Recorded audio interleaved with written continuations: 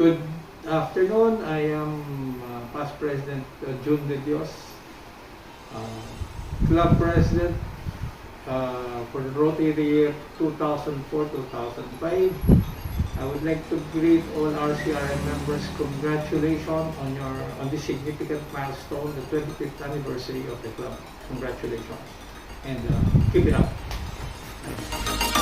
Well, can you consider yung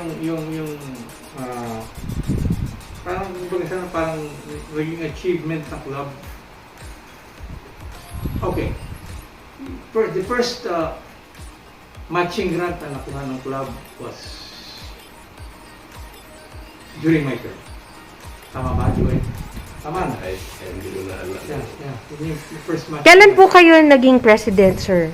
2004-2005, centennial ng Rotary International. That was the most memorable, it was an accomplishment na kung pwedeng sabihin natin kasi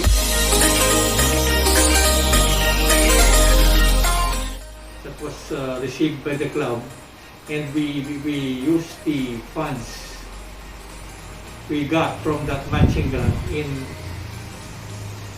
buying school desk, for our adopted school dito sa Halang, yung Rotary, yung mababang paaralan ng Halang yata yan. Elementary school. Halang Elementary. Ayun, Halang Elementary School, and it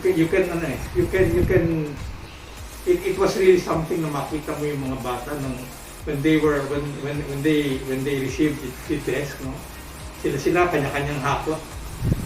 You can see the smile and the joy in their faces nung binubuhat nila yung mga desk for their school.